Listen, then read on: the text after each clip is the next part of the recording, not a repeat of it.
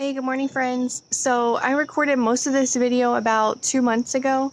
It's just I wanted to share with you now how things are going and kind of give you a follow-up since we started the process about 2 months ago. So what I'm dealing with today on this rose bush is black spot. So this is what the black spot looks like.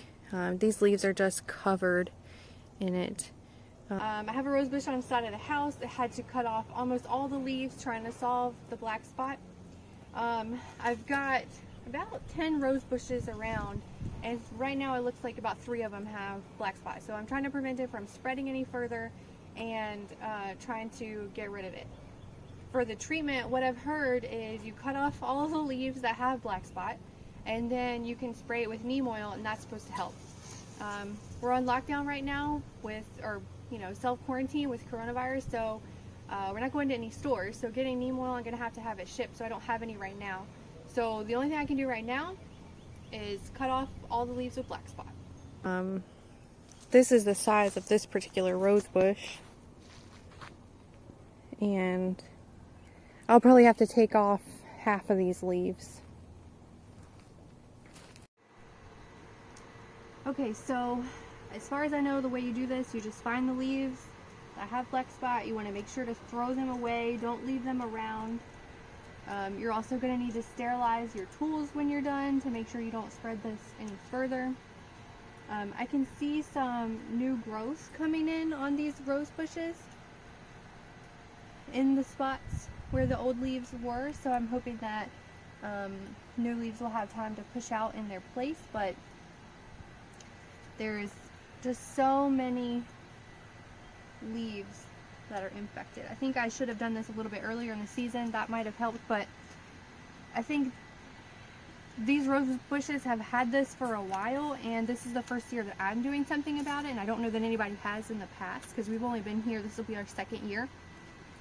So hopefully the efforts that I take this year will prevent this from happening next year. And hopefully it doesn't kill the rose bushes, because I think I've already killed one giant, massive, beautiful rose bush. And if I kill another, it's going to be devastating.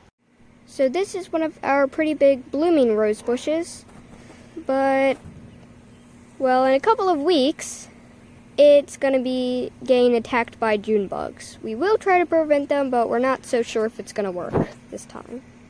We have many different colors of rose bushes. So over here you can see a pink rose. Right here we have a nice colored rose bush, the usual dark reddish pink color. And here we have a very pretty white rose bush. So in the backyard we have 5 rose bushes in total, and we have 1 on the side. And the giant rose bush over there, it isn't looking too good. We really hope it survives. So Zoe was not able to count all of the rose bushes because they're not all blooming, and it's a little bit hard to see, but there are actually 10 in this bed, and there are 11 total. There's the white rose bush on the side of the house, so let's see if we can find them all here. So we have one here, there's a little one right there, that one. Over here there's one there and one there. The one that I promise you is going to make it, it's not going to die. There's 2 just on the other side of that. There and over here.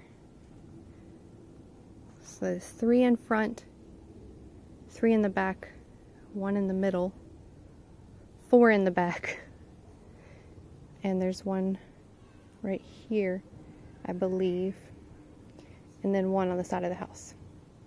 So I don't know, how many is that? Count it up. This is what the rose bush looks like after all the leaves have been trimmed off. It's a little hard to see because of all of the pine needles over here, but this one still has a good amount of leaves. The white one that I'm going to show you here in a second, however, does not. So I don't remember if I have a before video with all of the leaves pulled out, but if I do, I'll plug it in right here, or with all the leaves grown out. is what it looks like now. It's pretty bare, but we just checked it today. There was about 2 or 3 more leaves that still had some black spot remaining. Hopefully we'll be done with it, but I did cover the ground in mulch, picked up all of the scrap leaves that may have been hanging around, and that's supposed to help prevent the spores from spreading the disease further. Wish me luck. So this is the same rosebush that you see me chopping all the leaves off in the video. A lot of the leaves did come back, but they have already got black spot as well. And I'll be honest, we didn't keep up with this as well as we probably should have. It's when every single leaf gets infected, it's really difficult to deal with. It's still getting new growth, but yeah, I'll go show you the white rosebush too. And just an update on the quantity of rose bushes. There are 10 in the backyard. There are 2 right here, and then there are 2 in the front yard. So that is 14.